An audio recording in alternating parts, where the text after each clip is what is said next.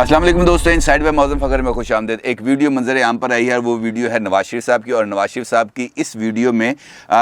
कुछ ही इस किस्म का तासुर दिया जा रहा है कि नवाज शरीफ साहब जिस शख्सियत से मुलाकात कर रहे हैं वो मुबैना तौर पर भारतीय सफ़ीर हैं, जिनकी उनके साथ मुलाकात हुई है लंदन में, और ये मुलाकात हुई है 25 अक्टूबर को, जो बताया जा रहा है। अब इस वीडियो के साथ कुछ और बहुत सारी चीज़ें लिंक कर रही हैं, और ये जो इस वक्त वीडियो जारी की गई इसकी टाइमिंग बहुत ज़्यादा इंपॉर्टेंट है, क्योंकि लगता है कि हुकूमत ने एक मरतबा फिर तहरीक लब्बैक वाले मामले से निपटने के बाद अपोजिशन जमातों के ऊपर चढ़ाई करने का एक नया सिलसिला शुरू किया। बहुत इंपॉर्टेंट गुफ्तगू है ये, और बहुत इंपॉर्टेंट वीडियो है जो मैं आपके साथ शेयर करूंगा, और उसके साथ साथ आपको ये बताऊंगा कि ये सारे ताने बाने इस मुबैना, बार बार याद रखिएगा कि मैं लफ्ज़ मुबैना इस्तेमाल कर रहा हूँ, इसके ऊपर डिटेल से बात करेंगे कि ये मुलाकात कब हुई, क्यों हुई, इसके मुलाकात के पीछे कौन था, और अगर ये मुलाकात हुई है तो इसका मेज़बान कौन था, और अगर ये मुलाकात नहीं हुई तो इस मुलाकात की वीडियो जारी किसने की है, और इस वीडियो जारी होने के बाद किस शख्सियत की तरफ से एक और मामले को उजागर करने की कोशिश की है। बहुत इंपॉर्टेंट है, इस पर बात करेंगे। लेकिन उससे पहले बात करेंगे टीएलपी की, क्योंकि ये वाला मामला भी बहुत ज़्यादा गर्म है, और हुकूमत के एक और अहम शख्सियत ने इस बात का इजहार किया है, बरमला इजहार किया है, जिसके अंदर उन्होंने ये बताया कि तहरीक लब्बैक और हुकूमत के दरमियान जो मुआहदा हुआ है, इस मुआहदे में कोई भी फरीक यानी हुकूमत और टीएलपी दोनों में से कोई पीछे नहीं हट पाएगा। वो क्यों हट नहीं पाएगा, ये भी बहुत इंपॉर्टेंट वजह है, क्योंकि ये बात की है वफाकी वज़ीर दिफा ने, और जो पीटीआई के बड़े सीनियर रहनुमा हैं उनकी तरफ से ये बात सामने आई है जनाब। और नौशहरा के अंदर उन्होंने गुफ्तगू की है। नौशहरा के अंदर आपको पता है उन्होंने पहले भी एक मरतबा गुफ्तगू की थी जो उनके गले पड़ गई बाद में, अभी तक वो उस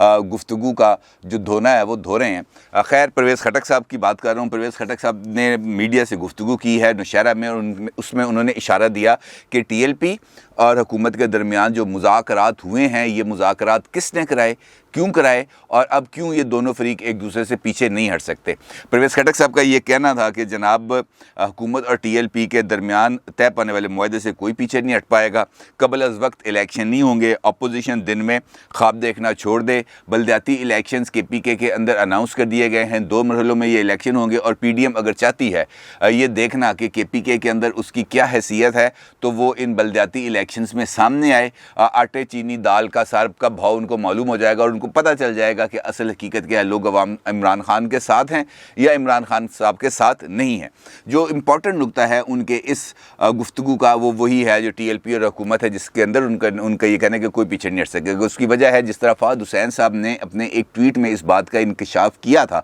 और इसका जिक्र मैंने आपके साथ गुज़िश्ता वीडियो में भी किया था, कि ये दोनों जो फरीक हैं इनको मुज़ाकरात पर लाना और मुज़ाकरात की मेज़ पर लाना, मुज़ाकरात को कामयाब बनाना और उस कामयाबी के लिए गारंटी देना, और दोनों को ये कहना कि जनाब जो गल्लां तय हो गई है, जो जड़ा पीछे हटिया ना उसकी खैर नहीं। ये बात वाज़े तौर पर ये बात कह दी गई है। लिहाजा जो परवेज़ खटक साहब ने बिटवीन दी लाइंस जो बात की है उसके अंदर वाज़े इशारा है कि क्यों कोई पीछे नहीं हट पाएगा, क्योंकि अगर किसी ने पीछे हटने की कोशिश की तो फिर उसके मुज़मरात हैं वो मुज़मरात सामने आएंगे। अब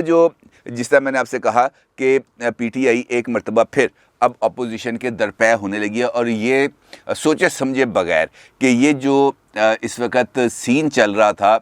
19 अक्टूबर से लेकर 31 अक्टूबर तक, इस पूरे प्रोसेस में यानी इन 12 दिनों में किसी भी हुकूमत की बदतरीन मुखालफ जमात ने भी इस सारे मामले से इमरान खान साहब की तरह सियासी फ़ायदा उठाने की कोशिश नहीं की। और अभी तो इस मुआहदे की स्याही खुश्क नहीं हुई कि अपोजिशन पर एक मरतबा फिर दशनाम का सिलसिला, इल्ज़ाम तराशी का सिलसिला शुरू हो गया। और दिलचस्प बात यह है कि जिस वक्त परवेज़ खटक साहब ये वाली प्रेस कॉन्फ्रेंस कर रहे थे नौशहरा में, उसी वक्त पेशावर के अंदर एक और डेवलपमेंट हो रही थी, और पेशावर प्रेस क्लब के अंदर एक प्रेस कॉन्फ्रेंस हो रही थी, और इस प्रेस कॉन्फ्रेंस में ख़ुद परवेज़ खटक साहब के भाई लियाकत खटक साहब और उनके भतीजे आहद खटक साहब पीपल्स पार्टी के सेक्रेटरी जनरल नैयर बुखारी साहब के हमरा इस बात का ऐलान कर रहे थे कि वो मुस्तकबिल की पॉलिटिक्स अब पीटीआई के प्लेटफॉर्म से नहीं करेंगे, बल्कि वो पीपल्स पार्टी में शामिल हो रहे हैं, और मुस्तकबिल की सियासत वो पीपल्स पार्टी के प्लेटफॉर्म से करेंगे। यानी जो सियासी परिंदे उड़े थे, जो पीटीआई के दरख्त पर जाके बैठे थे, अब उन्होंने एक मरतबा फिर परवाज़ का आगाज़ कर दिया। और ऐसी ही कुछ इतलात हमें मिल रही हैं बलूचिस्तान से भी, जहां पर ये बात कही गई है। आज डॉन में एक स्टोरी शाया हुई है, उस स्टोरी का उस स्टोरी के मुताबिक ये बात कही जा रही है कि जो बलूचिस्तान अवामी पार्टी है उसके कुछ अंदरूनी शख्सियत ने इस बात का इंकशाफ किया है कि अगर BAP को कहा जाएगा कि अगले इलेक्शन से पहले उन्होंने कोई पॉलिटिकल मूव करनी है तो मुमकिन तौर पर BAP का ख़ास तौर पर वो हिस्सा जो अब्दुल कुद्दूस बुज़िंजो साहब के ज़ेरे असर है वो पीपल्स पार्टी में शामिल हो जाएगा। यानी जो इस खबर के अंदर जो इशारा दिया गया है वो यही है कि पीपल्स पार्टी बिल्कुल साइड पे लगी हुई है इस वक्त, लेकिन वो अंदर खाते अपना कुछ ना कुछ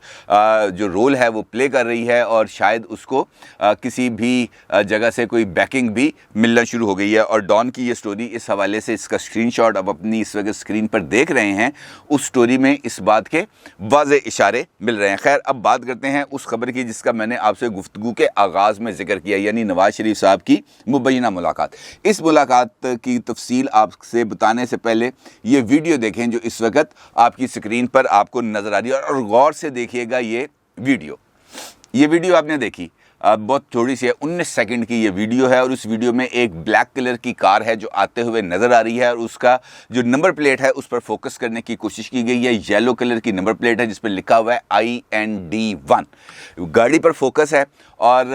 ये जो वीडियो है इसके अंदर हम देख सकते हैं कि गाड़ी आती है, गाड़ी रुकती है और गाड़ी में से एक शख्सियत निकलती है और एक साहब जिन्होंने जो खाकी से रंग का कोट पहना हुआ है, जो पीछे से मेरी तरह के बैलेट हेडेड नज़र आते हैं यानी गंजे से नज़र आते हैं, उनके साथ वो आगे बढ़ते हैं और एक दरवाजे से अंदर दाखिल हो जाते हैं। ये 19 सेकंड की एक वीडियो है जिसके बारे में ये कहा जा रहा है कि ये भारतीय सफ़ीर इस गाड़ी में आए थे,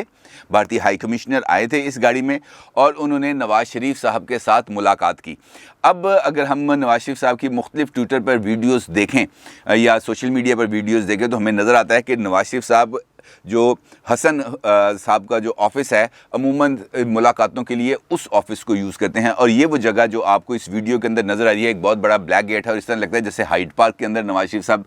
जा रहे हैं और नवाज शरीफ साहब जाके उनसे मुलाकात कर रहे हैं। तो हाइड पार्क के अंदर इस किस्म की मुलाकातें अव्वल तो होती नहीं हैं और अगर हों तो वो छुपती नहीं हैं और अगर 25 अक्टूबर की ये मुलाकात है तो ये मुलाकात अभी तक किसी भी जगह पर सामने नहीं आई, तो ये बड़ी हैरान कुन बात है। दूसरी बात यह है कि इस वीडियो के अंदर आपको नवाज शरीफ साहब किसी भी जगह पर नज़र नहीं आ रहे, ना आपको इंडियन हाई कमिश्नर की कोई झलक नज़र आ रही है और ना ही नवाज शरीफ साहब की कोई झलक नज़र आ रही है। लेकिन ये वीडियो ट्विटर पर डाली है और ये ट्विटर पर डाली किसने है, इसका जो हेडर है वो जो अकाउंट जिसका है उसके ऊपर अब अगर हम अब फोकस करें और आपको दिखाएं कि उसका टेक्स्ट क्या है और उसकी वीडियो क्या है तो आपको पता चल जाएगा कि ये जो वीडियो है ये जारी की है शायान अली नाम के किसी अकाउंट से। और जहाँ तक अब शायान अली का मामला जहाँ पे आता है तो फिर सारी कहानी खुल के सामने आ जाती है क्योंकि ये वही शायान अली हैं जिनकी इज़्ज़त अफजाई फरमाई थी आबिद शेर अली साहब ने लंदन के एक रेस्टोरेंट से और उस रेस्टोरेंट के अंदर आबिद शेर अली साहब की जो फैमिली थी वो खाना खाने मौजूद थी और उन्होंने अपनी रिजर्वेशन कराई थी। वहाँ पे शायान अली साहब उनकी फैमिली आई और वहाँ पर उन्होंने आबिद शेर अली साहब के साथ बदतमीज़ी की जिसका भरपूर जवाब दिया आबिद अली साहब ने अपने टिपिकल फैसलाबादी स्टाइल में। और उसके बाद ये जो वीडियो है ये सोशल मीडिया पर बहुत ज़्यादा वायरल हुई। इसके बाद शायान अली साहब ने एक पिटीशन मूव की, बल्कि उन्होंने 14 अगस्त को जो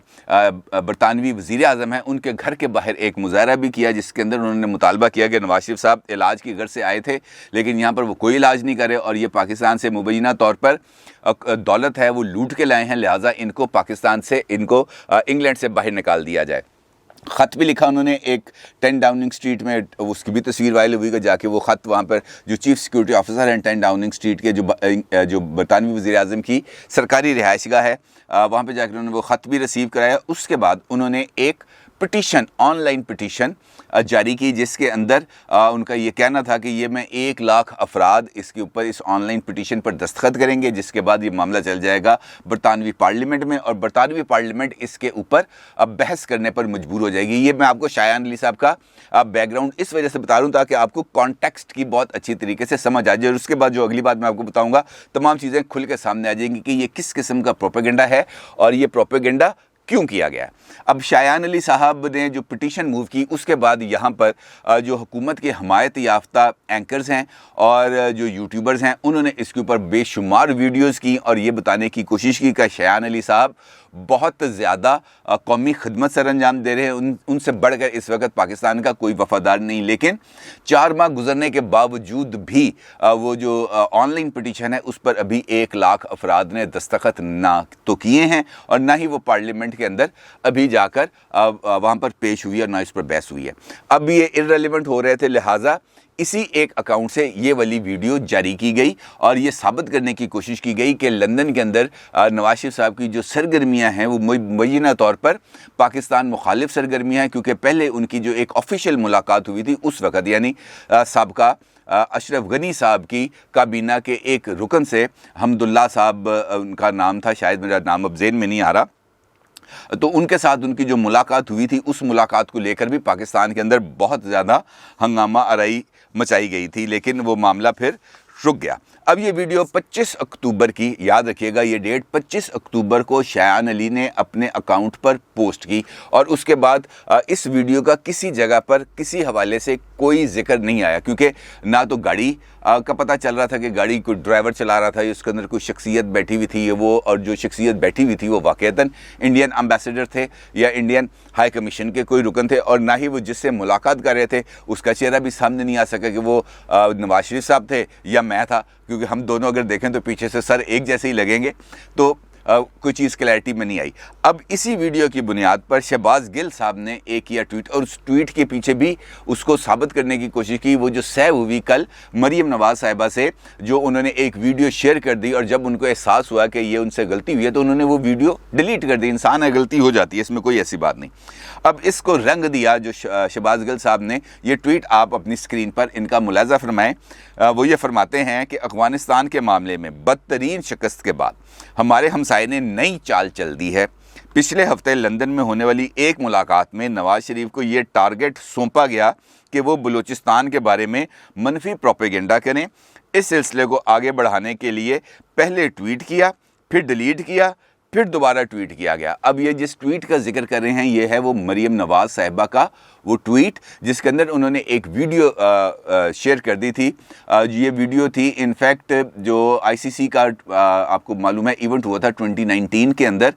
ये उस मौके की तस्वीर है, वहाँ से एक जहाज़ गुजरा था जिस पर बैनर लिखा हुआ था, जिस पर लिखा हुआ था गिव राइट्स टू बलूचिस्तान। तो उन्होंने वो गिव राइट्स टू बलूचिस्तान वाला जो हिस्सा था, वो जो लहरा रहा था, उसका वो स्क्रीनशॉट लिया और उसको उन्होंने वो शेयर कर दिया। और उसके बाद जब उनको इस बात का सोशल मीडिया पर ही लोगों ने बताया कि जनाब ये आपने ये क्या किया, ये तो अब पाकिस्तान के ख़िलाफ़ कैंपेन चलाई जा रही थी इंग्लैंड में और आपने उसी वीडियो को शेयर कर दिया। और उसके बाद उन्होंने इस वीडियो को इस ट्वीट को ना सिर्फ डिलीट किया बल्कि दोबारा एक ट्वीट कर दिया। अब ये सारे ताने बाने इस वजह से बुने गए कि किस तरीके से नवाज शरीफ साहब के गिर्द ना सिर्फ घेरा तंग किया जाए बल्कि एक मरतबा फिर इसी वीडियो, ये जो शायान अली साहब की वीडियो है और इसके ये जो शेयर किया उन्होंने, इसी की बुनियाद पर यह दावा किया जाए कि नवाज शरीफ साहब की जो लंदन के अंदर मसरूफियात हैं वो पाकिस्तान मुखालिफ है और वो पाकिस्तान के दुश्मनों के साथ मिलकर पाकिस्तान के ख़िलाफ़ कोई साजिश कर रहे हैं। अब अंदाज़ा लगाइए कि उस शख्सियत के ख़िलाफ़ ये जो ड्रामा है ये स्टेज किया जा रहा है जो 3 मरतबा इस मुल्क का वज़ीर आज़म रह चुका है, जो इस वक्त भी पाकिस्तान की सबसे बड़ी और सबसे ताकतवर पॉलिटिकल आवाज़ है और उसकी जो पॉलिटिकल हैसियत है उसको इस वक्त पाकिस्तान में कोई बंदा चैलेंज नहीं कर सकता। और इसके बावजूद कि उनको अब इस बात का भी खौफ है कि नवाज शरीफ साहब के बारे में ये इतलात अब बहुत ज़्यादा शद्दोमद के साथ सामने आ रही हैं कि नवाज शरीफ साहब किसी भी वक्त पाकिस्तान आ जाएंगे, तो इस सूरत हाल से टांगें कामना ज़रूरी है और उन कामती टांगों को थोड़ी सी ताकत देने के लिए ज़रूरी है कि एक ऐसी बात, एक ऐसा बयानिया, एक ऐसी कॉन्स्पिरेसी को तैयार किया जाए जो नवाज शरीफ साहब के स्टेचर, नवाज शरीफ साहब की साख के ऊपर सवालिया निशान पैदा किया जाए। लेकिन ऐसी कोई साजिश कामयाब हो नहीं सकती क्योंकि